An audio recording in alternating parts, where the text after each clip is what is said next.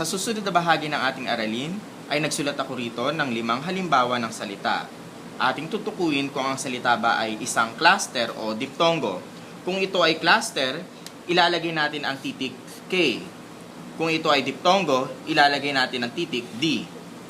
Umpisahan natin. Unang bilang, bahay. Ito ba ay cluster o diptongo? Pangalawa, nurse. Ito ba ay cluster o diptongo? Ikatlo, plato. Ito ba ay cluster o diptongo? Pang-apat, sisiw. Ito ba ay cluster o diptongo? At panghuling bilang, kahoy. Ito ba ay isang cluster o diptongo? Tingnan natin kung tama ang iyong mga sinagot. Unang bilang, ang bahay ay isang diptongo. Ang dahilan, ito ay nagtatapos sa titik Y na sinusundan ng isang patinig. Ikalawang bilang, ang nurse ay isang cluster. Ang dahilan, ito ay kakikitaan ng dalawang magkatabing katinig.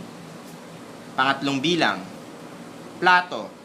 Ang sagot ay cluster sa dahilang magkatabi ang titik P at titik L na parehong katinig.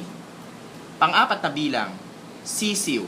Ito ay isang diptongo.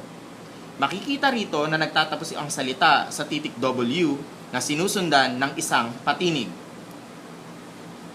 Panglima, ang kahoy ay isang diptongo sapagkat ito ay nagtatapos sa titik Y na sinusundan din ng isang patinig.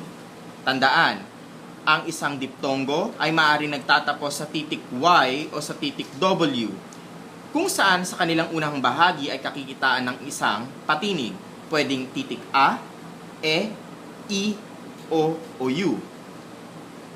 Ang cluster naman ay isang uri ng salita kung saan kakikitaan ng dalawang magkatabing katinig. Maraming salamat po.